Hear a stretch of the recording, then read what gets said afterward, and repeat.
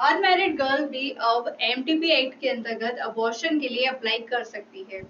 Yes, अब जो unmarried लड़कियां हैं वो भी हमारा जो medical termination of pregnancy act है इसके अंतर्गत अबॉर्शन के लिए पिटीशन लगा सकती है, क्योंकि अब ऑनरेबल सुप्रीम कोर्ट ने ये लैंडमार्क जजमेंट पास किया है जिसके अंतर्गत ये कहा गया है कि जो विवाहित महिलाएं हैं और जो अविवाहित महिलाएं हैं उनके अंतर्गत जो भेदभाव किया जा रहा है वो एक सही नहीं है।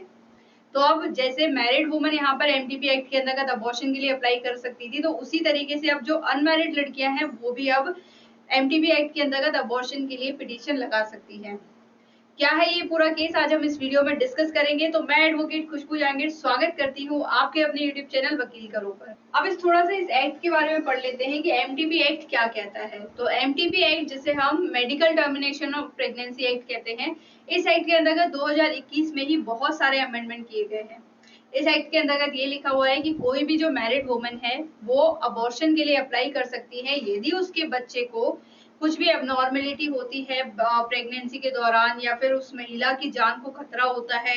या फिर यहाँ पर जो रेप विक्टिम्स होती हैं वो यदि गर्भ धारण कर लेती है यानी कि वो प्रेग्नेंट हो जाती है तो उन्हें भी यहाँ पर अबॉर्शन करने की अनुमति दी जा सकती है। अब इस एमटीपी एक्ट के अंतर्गत 2021 में सबसे जो मेजर अमेंडमेंट देखने को मिला वो गर्भपात से जो सप्ताह है यानी कि ड्यूरेशन से रिलेटेड देखने को मिला। इससे पहले क्या होता था कि जो 20 हफ्तों से नीचे का गर्भ होता था केवल उन्हीं को ही यहाँ पर अबॉर्शन की अनुमति दी जाती थी। लेकिन 2021 में जब अमेंडमेंट आया इसके अंतर्गत ये लिखा गया कि जब 21 हफ्ते से लेकर के 24 हफ्तों तक का गर्भ को भी यहाँ पर अबॉर्शन की अनुमति दी जा सकती है। क्योंकि ऐसा इसलिए हुआ कि यहाँ पर आपने बहुत सारी ऐसी न्यूज सुनी होगी जिसमें कि किसी नाबालिग के साथ में यहाँ पर गैंग रेप किया जाता है या फिर रेप किया जाता है, या किसी लड़की के साथ में जब रेप किया जाता है तो वो अपने घर वालों को नहीं बता पाती है, या फिर कहीं पर पुलिस में जाकर के वो कंप्लेंट जो यहाँ पर एफआईआर रजिस्टर नहीं करवा पाती है। तो उस दौरान क्या होता है कि वो लड़की जब प्रेग्नेंट हो जाती है, प्रेगनेंसी के दौरान भी वो अपने घर वालों को नहीं बता पाती है, तो उस समय क्या होता है कि जो गर्भ का जो समय होता है वो बहुत ज्यादा एक्सटेंड हो जाता है, और जब 8th मंथ या फिर 9th मंथ होता है तब जाकर के वो अपने घर वालों को बताती है। तो इस सिचुएशन में होता ये है कि जब एमटीपी एक्ट के अंतर्गत ऑलरेडी ये लिखा हुआ है कि 20 हफ्तों का जो गर्भ होता है केवल उसी को यहाँ पर जो है एमटीपी एक्ट के अंतर्गत अबॉर्शन की अनुमति दी जाती है। लेकिन जब गर्भ का समय ऑलरेडी बहुत ज्यादा हो चुका है तो यहाँ पर उन्हें जो अबॉर्शन की अनुमति नहीं दी जा सकती है। तो इसी वजह से यहाँ पर 2021 में अमेंडमेंट करके इस जो वीक को है 21 हफ्तों से लेकर के 24 हफ्तों तक का समय कर दिया गया है। तो ये हुआ था एमटीपी एक्ट के अंतर्गत 2021 में मेजर अमेंडमेंट। अब आज इस हम केस को जो डिस्कस करने वाले हैं उससे पहले आपको एमटीपी एक्ट के सेक्शन 3 क्लॉज 2 के बारे में पता होना चाहिए, साथ ही साथ रूल के बारे में भी पता होना चाहिए, तभी आप इस केस को अंडरस्टैंड कर पाएंगे। तो सबसे पहले हम डिस्कस करते हैं सेक्शन 3 के क्लॉज 2 के एक्सप्लेनेशन को। यहाँ पर एक्सप्लेनेशन में ये दिया हुआ है कि यदि कोई महिला अपने पति के द्वारा ही गर्भ धारण करती है यानी कि अपने पति से ही यदि वो महिला प्रेग्नेंट होती है तो वो और उसके गर्भ में जो पल रहा बच्चा होता है उसको यदि कुछ अबनॉर्मेलिटी होती है,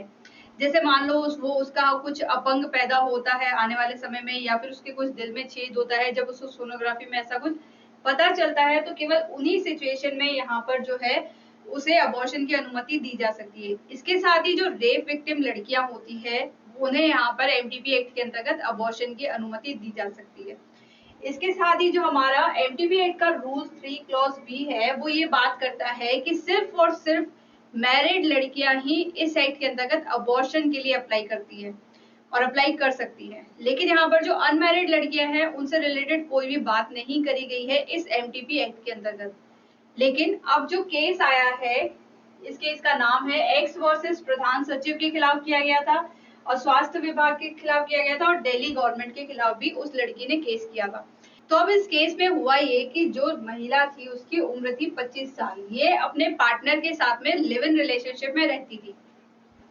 लिव इन रिलेशनशिप में रहने के दौरान उन दोनों की कंसेंट से दोनों ने सेक्सुअल रिलेशनशिप बनाया, और जिसके बाद में वो लड़की जो थी वो प्रेग्नेंट हो गई थी। प्रेग्नेंट होने के बाद में जब उसने अपने पार्टनर से कहा कि मैं प्रेग्नेंट हो चुकी हूँ तो यहाँ पर उसके पार्टनर ने उससे शादी करने से मना कर दिया। इसी वजह से इस लड़की ने यहाँ पर जो है दिल्ली हाई कोर्ट के अंतर्गत एक पिटीशन लगाई जिसमें ये कहा कि जो एमटीपी एक्ट है उसके अंतर्गत मुझे भी यहाँ पर जो है अबॉर्शन करने की अनुमति दी जाए। इसके साथ ही उस लड़की का जो गर्भ था वो 23 हफ्ते 5 दिनों का हो चुका था। तो इस वैलिडिटी के अंतर्गत एकदम सही था कि वो एमटीपी एक्ट के अंतर्गत जाकर के अप्लाई कर सकती है। तो यहाँ पर दिल्ली हाई कोर्ट ने इस लड़की की पिटीशन को यहाँ पर खारिज कर दिया और उस लड़की को इंटरिम रिलीफ देने से मना कर दिया, क्योंकि दिल्ली हाई कोर्ट ने ये कहा कि जो हमारा एमटीपी एक्ट है इसके अंतर्गत ये लिखा हुआ है कि केवल और केवल हस्बैंड के साथ सेक्सुअल रिलेशनशिप बनाने के बाद में ही वो लड़की जब प्रेग्नेंट होती है तभी इस एक्ट के अंतर्गत उस लड़की को अबॉर्शन की परमिशन दी जा सकती है। लेकिन यहाँ पर लिव इन रिलेशनशिप में जो पार्टनर है, पार्टनर को यहाँ पर जो है ऐड नहीं किया गया है इस सेक्शन के अंतर्गत। इसी वजह से ये कहा गया कि जो लिव इन रिलेशनशिप के कपल है वो एमटीपी एक्ट के अंतर्गत नहीं आते हैं। इस वजह से यहाँ पर दिल्ली हाई कोर्ट ने इंटरिम रिलीफ देने से मना कर दिया, जिसके बाद में लड़की ने ऑनरेबल सुप्रीम कोर्ट में यहाँ पर याचिका दायर करी। ऑनरेबल सुप्रीम कोर्ट ने अभी फ्राइडे को ही ये लैंडमार्क जजमेंट पास किया है इस केस में, और ये कहा है कि जो हमारा एमटीपी एक्ट है उसका ये जो रूल 3B है, ये जो है ये यहाँ पर डिस्क्रिमिनेशन पैदा करता है किसी भी विवाहित महिला और किसी भी अविवाहित महिला के अंतर्गत। क्योंकि जब यहाँ पर हमारे इंडिया में जब लिव इन रिलेशनशिप को लीगल करार दिया जा चुका है, तो यहाँ पर जब लिव इन रिलेशनशिप में रह रहे कपल से जब कोई प्रेग्नेंट हो जाती है कोई महिला, तो उसे यहाँ पर एमटीपी एक्ट के अंतर्गत क्यों नहीं काउंट किया जा सकता, उसे यहाँ पर एमटीपी एक्ट जो एमटीपी एक्ट से है वो बाहर क्यों रखा गया है। तो यहाँ पर सीधी सीधी बात ये कही ऑनरेबल सुप्रीम कोर्ट ने कि ये बहुत ही गलत है कि यहाँ पर किसी भी मैरिड और अनमैरिड लड़की के बीच में यहाँ पर भेदभाव किया जा रहा है। इसके साथ ही ऑनरेबल सुप्रीम कोर्ट ने ये कहा जो यहाँ पर सेक्शन 3 क्लॉज 2 है उसके अंतर्गत ये जो हस्बैंड है इसे हस्बैंड ना पढ़ते हुए इसे पार्टनर पढ़ा जाए, और इसके साथ ही आने वाले समय में जो केसेस होंगे उसमें यहाँ पर पार्टनर पढ़ा जाए। पार्टनर के अंतर्गत वो हस्बैंड एंड वाइफ भी इंक्लूड होंगे, इसके साथ ही जो लिव इन रिलेशनशिप में जो कपल रहते हैं वो दोनों कपल को भी यहाँ पर इंक्लूड करके पढ़ा जाएगा। तो यहाँ पर आने वाले समय में अब जो भी लिव इन रिलेशनशिप से रिलेटेड केस आएंगे जो अबॉर्शन से रिलेटेड, उन सभी को एमटीपी एक्ट के अंतर्गत जो है काउंट किया जाएगा, उन्हें एमटीपी एक्ट के अकॉर्डिंग ही डिसाइड किया जाएगा। तो यहाँ पर इस लड़की को at last honourable supreme court ने ये परमिशन दे दी कि वो लड़की जो है एमटीपी एक्ट के अंतर्गत अबॉर्शन करवा सकती है। तो ये एक लैंडमार्क जजमेंट पास हुआ है ऑनरेबल सुप्रीम कोर्ट के द्वारा, जिसमें ये कहा गया है कि कोई भी यदि अनमैरिड लड़की है और वो अपने पार्टनर से लिव इन रिलेशनशिप के दौरान प्रेग्नेंट होती है और वो अपना बच्चा नहीं रखना चाहती है तो उसे एमटीपी एक्ट के अंतर्गत अबॉर्शन करने की अनुमति दी जा सकती है।